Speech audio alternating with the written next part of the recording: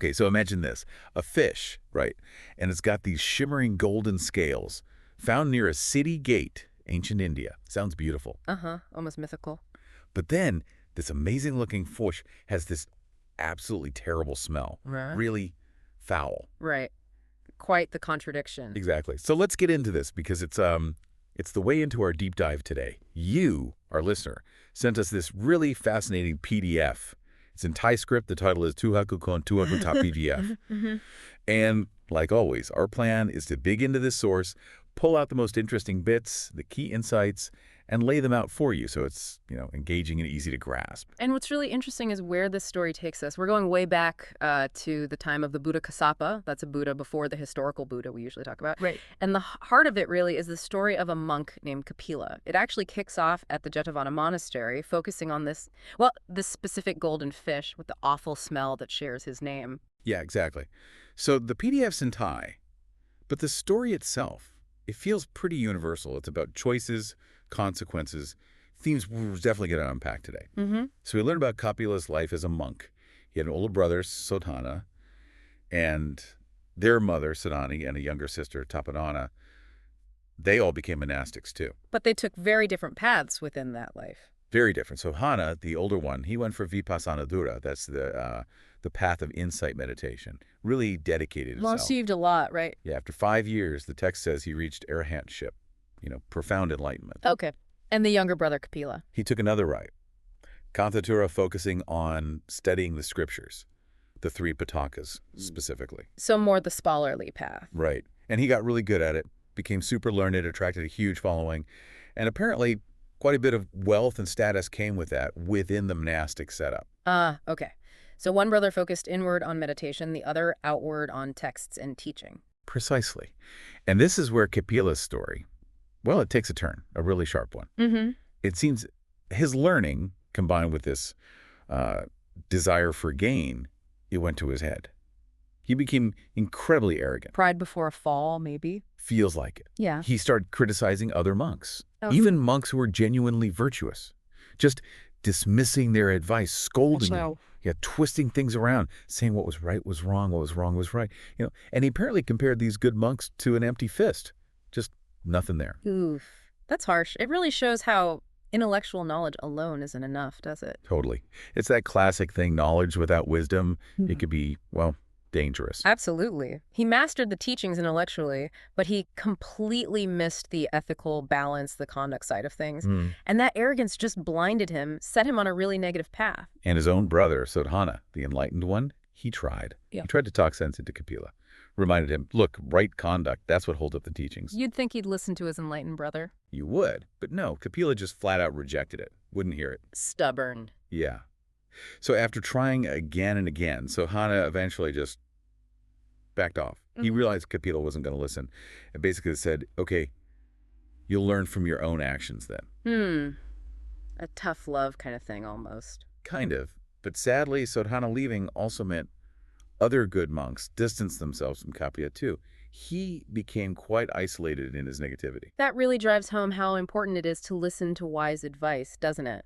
And how even people deep in spiritual study can, go off the rails. Definitely. And then comes what the text presents as his ultimate mistake, his biggest transgression. Okay, what was that? It happened in the Upasatha Hall. That's the chapter house, where monks gather for key observances like reciting the rules. Right, the Patimokkha recitation. Very important. Exactly. And Kapila stands up and questions the whole point of reciting it. He basically says, look, in my view, there's no real Dharma or Vinaya anymore, so what's the use of reciting these rules?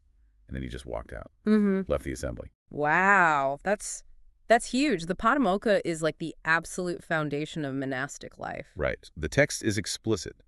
By doing this, Kapila directly caused the decline of Buddha Kassapa's scriptural teachings. So it wasn't just him being arrogant anymore, it was actively undermining the whole system. That's incredibly serious in that context. Yeah, incredibly divisive. And the consequences, they were severe. The story then mentions that Sodhana, the good brother, eventually passed away. Attained parinirvana, presumably. Yes.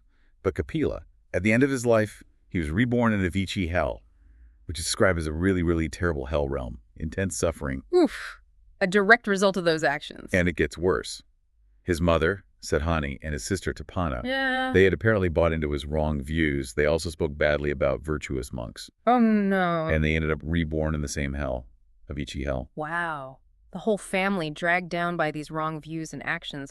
That's a powerful illustration of karma. It really is. Actions, especially driven by arrogance and harmful speech, Yeah. they have consequences, ripple effects, lasting lifetimes. Shared views, shared karma, shared outcome. It's quite stark. Okay, so now the story takes a bit of a turn. It seems like a detour, but stick with us because it all connects back. Right. These narratives often weave different threads together. Yeah. So the text shifts to tell us about 500 men. Bandits. Okay. A different vibe entirely. Totally. They're on the run. Villagers are chasing them, angry. They stumble into a forest and find a monk, a forest monk. They beg him to protect them. Interesting juxtaposition. Kapila's downfall and now these bandits seeking refuge. Exactly. It sets up this contrast, maybe a chance for redemption. Let's see. What does the monk do? Well, he doesn't offer them, like, physical hiding. Instead, he guides them to a different kind of safety, ethical conduct. Refuge in the Dharma, essentially. Precisely. He tells them, take the 5 precepts, the basic Buddhist guidelines. No killing, stealing, sexual misconduct, lying, or taking intoxicants. The foundation for lay practice, do they agree? They did. And the monk pushed it further. He said, you need to stick to these even if it costs you your life. And don't hold any hatred or ill will. Wow, that's a serious commitment, especially for bandits on the run. Right. But again, they agreed. They sincerely took that on. That commitment, that intention, that's key in karma, isn't it? It's not just the action, but the mindset behind it. Seems so. Because what happens next is tragic, but also amazing. The villagers find them. Oh, dear. And they kill all 500 bandits. Oh, so the precepts didn't save their physical lives? No. But, and this is the huge but, because they held on to that sincere commitment to the 5 precepts right up to the end, they were reborn immediately in the Deva world, a heavenly realm. Wow. From bandits facing death to rebirth in heaven. Yeah. Just from that last-minute commitment. Apparently so. Their leader even became the chief Deva son in that realm. It really shows how powerful even a brief, sincere turn towards good conduct can be. Huge, positive karmic kick. That's incredible. It really highlights the transformative power of intention. A genuine shift, even at the last moment, had massive repercussions for their rebirth. And it wasn't just a short stay. Their good karma kept them in the Deva world for a whole Buddha and Tara. Okay, remind us what that means again. It's a massive cosmological time scale. Yeah. Like the entire vast period between the time one Buddha's teachings flourish and fade and the next Buddha appears. Yeah. We're talking immense stretches of time. Right. So a very, very long time in a heavenly realm. Exactly. And after all that time, they were reborn again, this time in our current Buddha's era, near the city of Savatthi, in a fishing village called Kavanagama. 500 families. And probably not a coincidence they were reborn together. Not at all. The text was the point of this. They were all born on the exact same day, conceived same day, even came out of the womb same day. Whoa. That's some serious karmic synchronization. Their connection from that past life as bandits, taking precepts together, it carried through. Totally. And the chief fisherman in the village, a guy named Kavadajathaka, he noticed this synchronicity. You probably would. Yeah. And he figured, okay, these kids are destined to be friends with my own son. And guess who his son was? Let me guess. The reborn leader of the bandits. You got it. So this chief fisherman took care of all 500 of them, basically provided for their upbringing. Right. They all grew up together as mates. And his son, the former bandit leader, was apparently exceptional, lots of glory and power. So this group has had this amazing positive journey thanks to that one moment of ethical commitment. And now the story swings back to Kapila. Okay. So after his time in Avicii hell, which lasted that same immense period, one Buddha on Tara, what happened to him? Right. After suffering in hell for that vast time, the remaining negative karma, the residue, caused him to be reborn. Reborn at the exact time these former bandits are now young men. And how was he reborn? As a fish. A large fish in the river Asiravati nearby. Just a fish? Not just any fish. This is where it gets specific. Golden skin. Ah, the golden fish from the beginning. That's the one. Golden skin. But a horribly foul-smelling mouth. Okay, so the appearance reflects his past karma, right? Exactly. The commentary explains it. The golden color came from the residual merit of all that time he spent reciting the Buddha's words, talking about the Buddha's virtues when he was a monk. Despite his arrogance, he did do that. He did.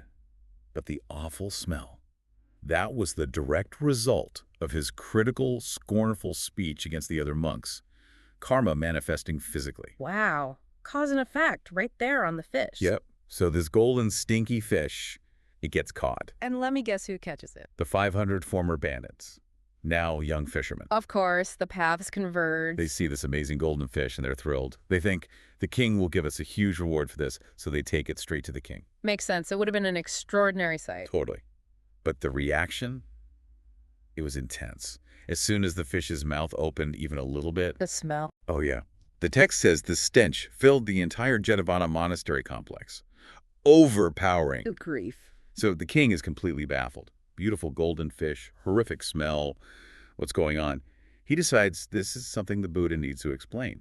So he takes the fish to the Buddha. Bringing the mystery directly to the source of wisdom. Exactly. And the king asks the Buddha, plain and simple, why is this fish golden?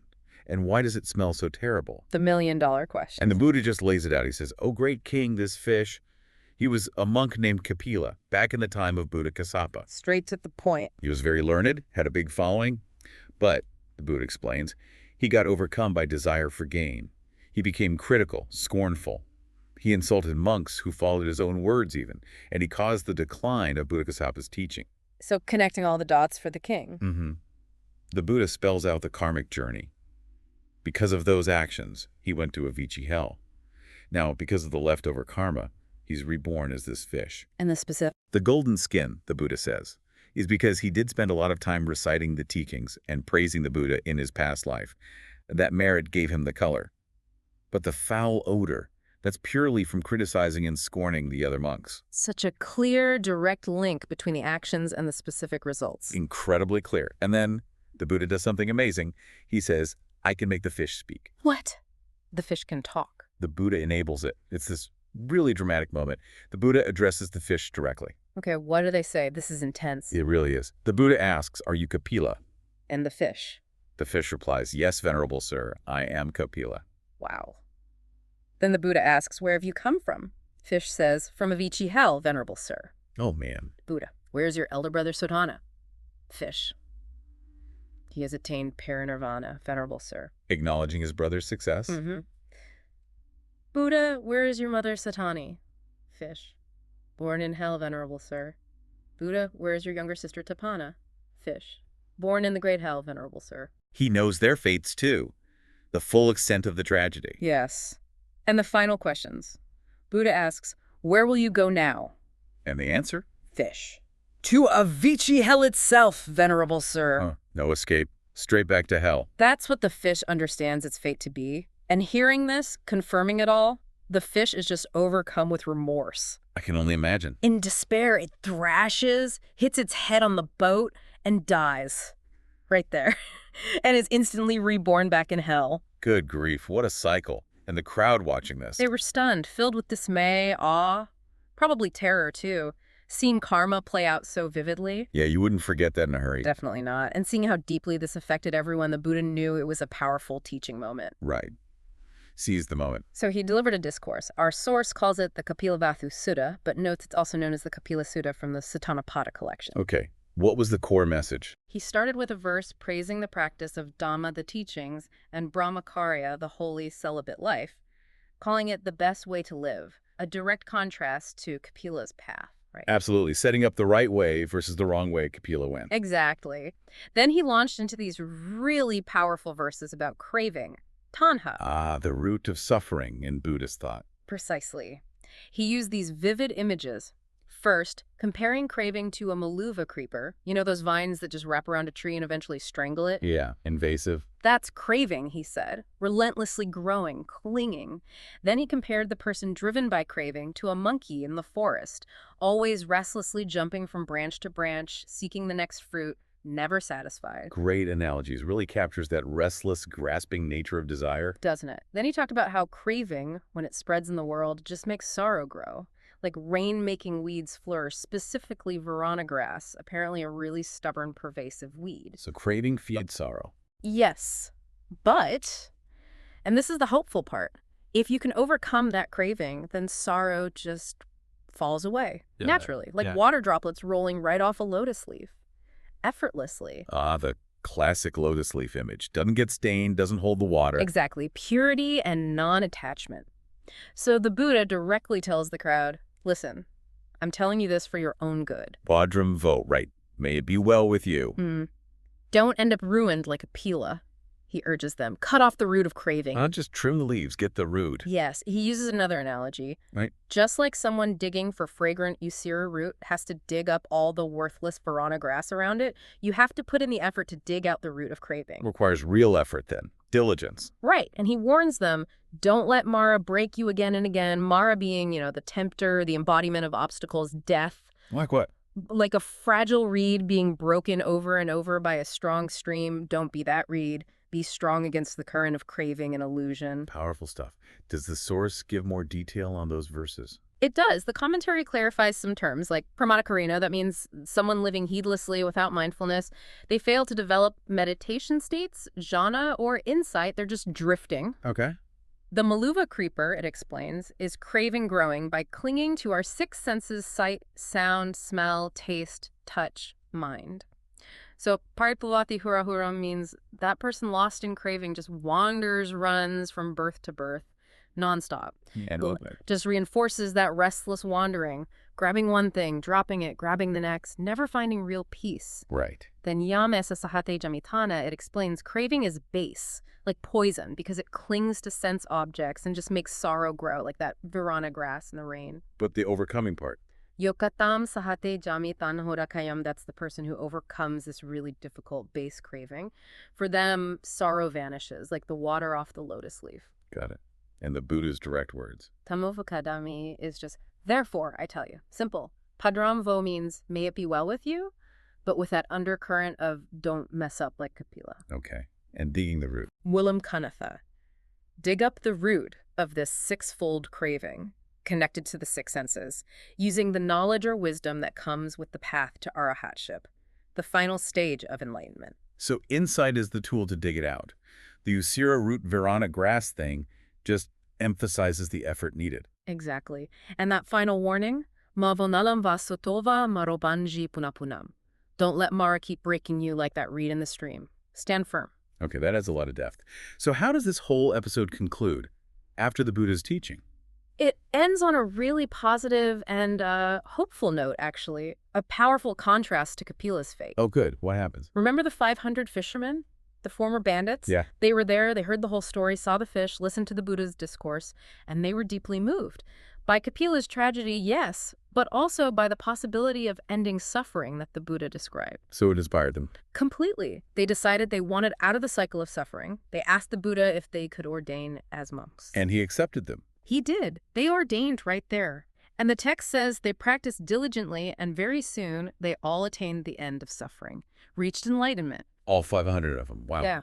It says they lived enjoying the same spiritual sustenance as the Buddha himself, experiencing this state called the bliss of imperturbable liberation. Wow.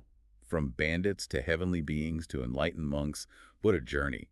And what a contrast with Kapila, who went from learned monk to hell to fish back to hell. Exactly. It perfectly sets up the two paths. Okay, so let's try and sum this up as we kind of resurface from this incredible story. What are the main things to take away?